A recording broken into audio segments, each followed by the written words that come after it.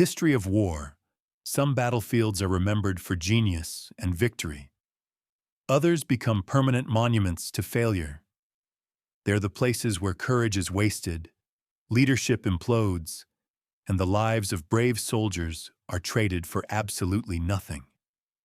These spots become bywords for disaster, cautionary tales studied for generations, and in the long, often proud history of the British Army, few names carry such a bitter ring of failure as a lonely hill in South Africa. Spion Kop. This wasn't just a defeat, it was a catastrophe. A battle that should have been a stepping stone to victory spiraled into a bloody, humiliating, and entirely avoidable disaster. It was a day where everything that could go wrong did go wrong, and where the fate of an army was sealed by a symphony of incompetence. This is the story of how the most powerful empire on earth was humbled by a ragtag group of farmers, not through overwhelming force, but through its own staggering blunders. This is the story of Spion Kop. To get why Spion Kop was such a disaster, you have to understand the desperation that drove the British there in the first place. By late 1899, the Second Boer War was not going well.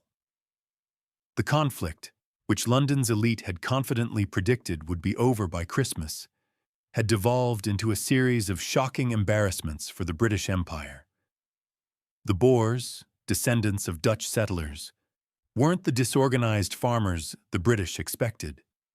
They were mobile, expert shots, fighting on their home turf, and armed with modern German Mauser rifles that outranged the British Lee Enfields.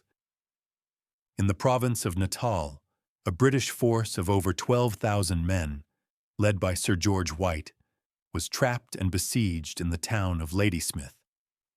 Surrounded by Boer artillery, they were slowly being starved into surrender. Relieving Ladysmith became a national obsession, a test of imperial might. The man handed this job was General Sir Redvers Buller. Buller was your classic Victorian general, incredibly brave, holder of the Victoria Cross, and loved by his men. But he was also plodding, stubborn, and unimaginative, a man whose tactics belonged to a different era. His first attempt to break the siege at the Battle of Colonial was a fiasco, a frontal assault that cost the British over 1,000 men and 10 artillery pieces. That defeat, part of a series of losses dubbed Black Week, sent shockwaves through the empire. The pressure on Buller was now immense. He had to succeed, no matter the cost. Reinforced with thousands of new troops, Buller came up with a new plan. Instead of another head-on attack, he'd try a wide flanking maneuver, crossing the Tugela River about 25 miles upstream from Colonial.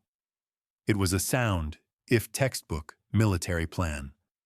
For this crucial operation, he gave command of the main force of 20,000 men to his subordinate, Lieutenant General Sir Charles Warren, and that's where the seeds of disaster were planted. The relationship between Buller and Warren was toxic. Buller thought Warren was a duffer and had zero faith in him. Warren, meanwhile, was a difficult, argumentative man whose meticulous nature often led to total paralysis. Pulled from retirement at 59, he had little recent battlefield experience. Buller gave Warren command, but then refused to give him clear orders or any real autonomy, choosing instead to be a backseat driver, questioning every move. It was a recipe for confusion and catastrophe. Warren's army began its slow, ponderous march. The Boers, led by the brilliant 37-year-old farmer general Louis Botha, watched their every move. Botha had no formal military training, but he had an instinct for tactics that repeatedly baffled the British. With only about 8,000 men to cover a huge defensive front, he knew the terrain and he knew his enemy. He gambled that the British wouldn't risk a truly wide flank march, but would instead look for a shortcut by pivoting on a key feature in the landscape. That feature was a massive hill that dominated the center of the Boer line, rising nearly 1,500 feet above the river. Its name was Spion Kop, Afrikaans for Spy Hill. To the British planners staring up at it, Spion Kop was the key. Seize the summit, drag artillery up its slopes, and they could blast the Boer trenches for miles in either direction, clearing the road to Ladysmith. The idea was dangerously simple. Buller wasn't sold on it, but he let Warren fixate on the plan. The decision was made. On the night of January 23, 1900, a force of 1,700 British soldiers from the industrial heart of England, the Lancashire Fusiliers and Royal Lancasters, would make a surprise night assault. They had no idea they were marching toward what one correspondent would later call an acre of massacre. The Battle of Spion Kop is a story of compounding errors, a cascade of blunders where each mistake made the next one worse. It started before a single soldier set foot on the hill. Blunder number 1. A failure of intelligence. General Warren had an observation balloon. While it had been used earlier in the campaign, it was not used for the critical task of surveying the summit of Spion Kop. From that balloon, his staff could have mapped the entire tactical landscape. Instead, they relied on useless farm boundary maps. The British were about to attack a position they had only ever seen from below, a position whose true shape was a complete mystery. This single act of negligence was fatal. Every decision that followed was made in the dark, both literally and figuratively. Blunder number 2. The ascent into confusion. On the drizzly, pitch-black night of January 23rd, the assault force began its climb, led by Lieutenant Colonel Alexander Thornycroft. The overall commander was Major General Edward Woodgate, and his orders were simple. No talking, no lights, use the bayonet. The climb was brutal. Near the top, they stumbled upon a small Boer picket, charged with bayonets, and drove the handful of Boers off the summit. It worked. They'd taken the hill. A signal was sent back to General Warren. A cheer for the Queen echoed in the pre-dawn gloom. The hardest part seemed to be over. Their nightmare was just beginning. Blunder number 3. The wrong summit and the fog of war. The summit was wrapped in a thick, dense mist. In the dark and fog, the British officers had no idea where they were. They thought they'd captured the entire flat top of the hill. In reality, they had only occupied a lower, smaller crest. The true summit was hundreds of yards away, completely hidden by the fog. The soldiers, exhausted, began the pathetic task of digging trenches in the iron-hard, rocky ground with a measly 20 picks and 20 shovels. The resulting trench was a joke, barely 2 feet deep, more of a shallow scrape than a fortification. Crucially, a huge supply of sandbags prepared for this exact purpose was left at the bottom of the hill. No one remembered to order them brought up. As the sun rose and the mist burned away, the British soldiers looked up in horror. They were not on the summit. They were on a false crest, completely exposed and overlooked by higher ground on 3 sides. And on that higher ground, they could see the slouch-hatted figures of Boer riflemen, who were just as surprised to see them. The trap was sprung, not by Boer design, but by British incompetence. Blunder number 4. The collapse of command. The Boers reacted with lightning speed. General Louis Botha simply told his men, "Well, we must take it back." He ordered his artillery to open fire. Within minutes, shells began raining down on the crowded hilltop at a rate of 10 a minute, while hundreds of Boer riflemen swarmed the surrounding slopes, to pour a devastating crossfire onto the trapped British. On the summit, command evaporated. Around 8:30 a.m., General Woodgate was mortally wounded. His successor was wounded minutes later. Other senior officers were picked off in quick succession. The force on Spion Kop became a leaderless, terrified mob.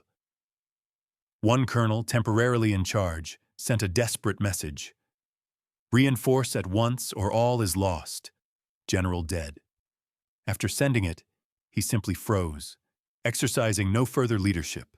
Down at his headquarters, General Warren was miles away and paralyzed by indecision. Worse, he couldn't tell friend from foe on the smoky summit, so he ordered his own artillery to stop firing on a key Boer position for fear of hitting his own men, effectively silencing his army's only real support. One soldier bitterly noted that the British guns did far more damage to our front line of infantry than to the Boers. Miles away, General Buller heard the firing and grew anxious, sending contradictory signals to Warren that only added to the chaos. Finally, Buller took it upon himself to appoint a new commander on the summit via heliograph, Lieutenant Colonel Thornycroft. But in the smoke and confusion, the signal never got through clearly. It wasn't until a runner finally reached Thornycroft in the afternoon, shouting, "You are a general," that he learned he was in charge. By then, the situation was a hopeless slaughter. A young war correspondent, recently famous for his own escape from a Boer prison, was acting as a courier. His name was Winston Churchill. He would later write of the scene on the summit. Corpses lay here and there. The shallow trenches were choked with dead and wounded. The battle had descended into a leaderless butchery. The top of Spion Kop was no longer a battlefield. It was an abattoir. Under a blistering sun, trapped British soldiers endured a special kind of hell. There was no escape.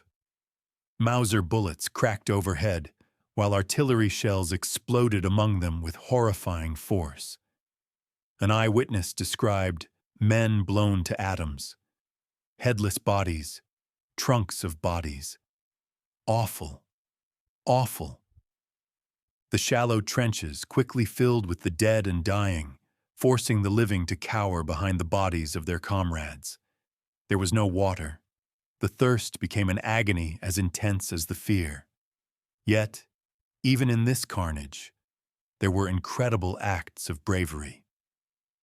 The Boers launched several close-quarter assaults, leading to vicious point-blank firefights. In one such attack, around 1 p.m., a group of shell-shocked Lancashire Fusiliers, their officers gone, raised a white flag to surrender.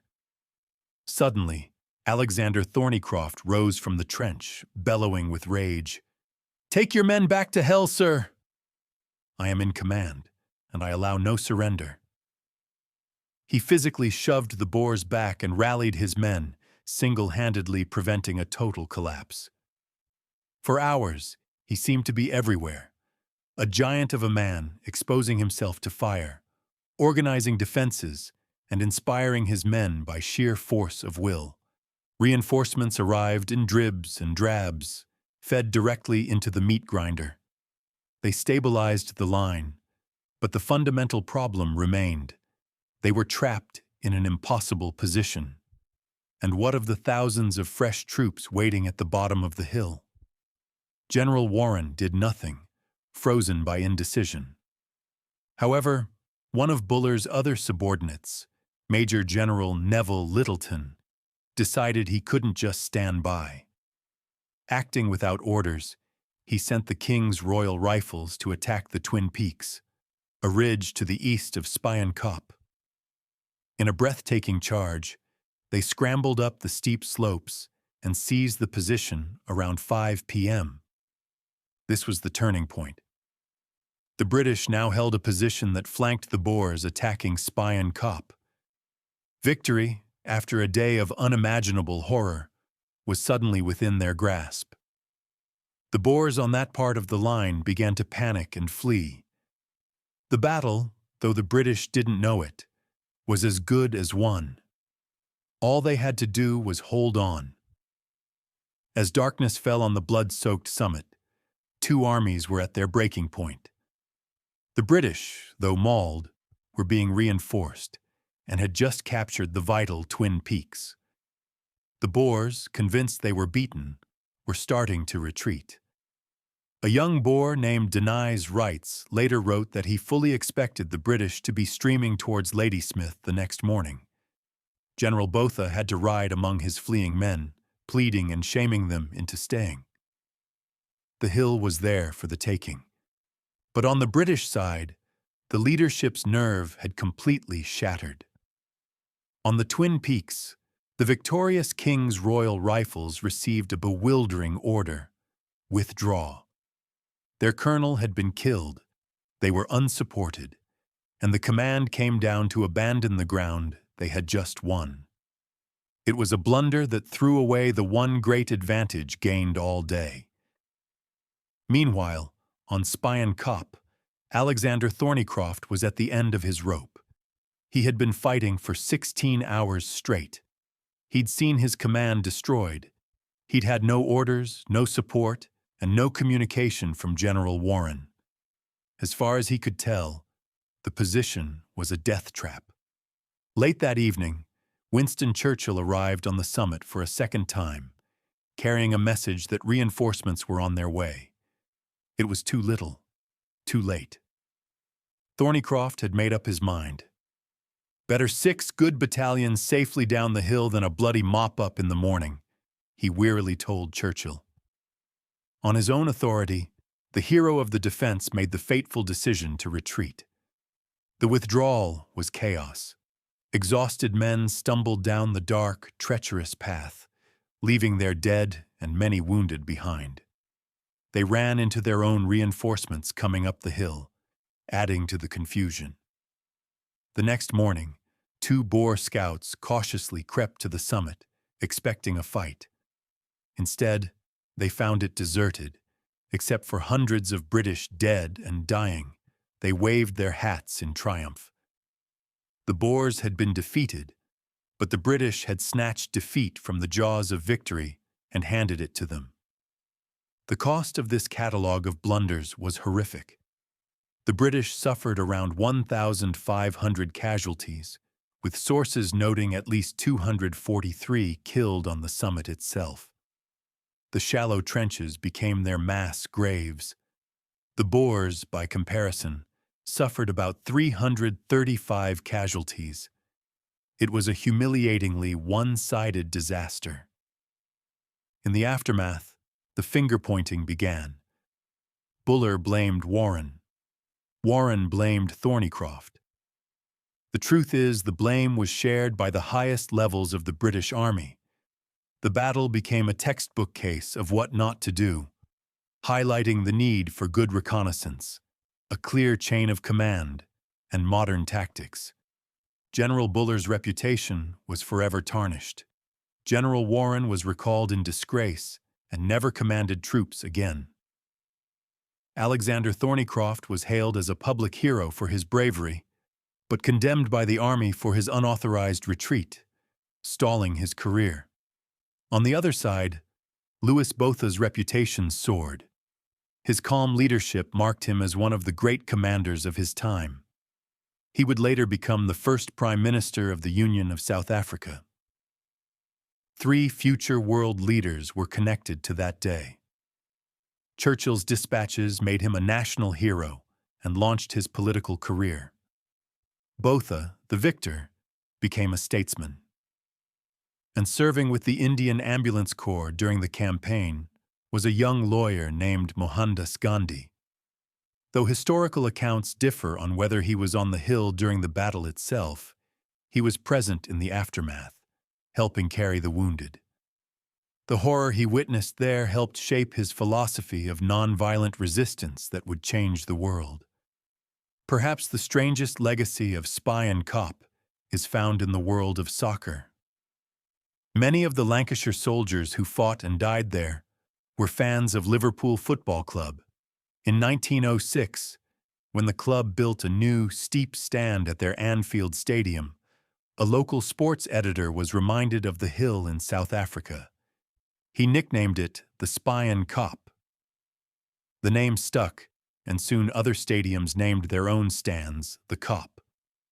Today, millions of fans cheer from terraces named after a place of unimaginable suffering, a haunting memorial to one of the British Army's darkest days. Spion Kop was a brutal awakening.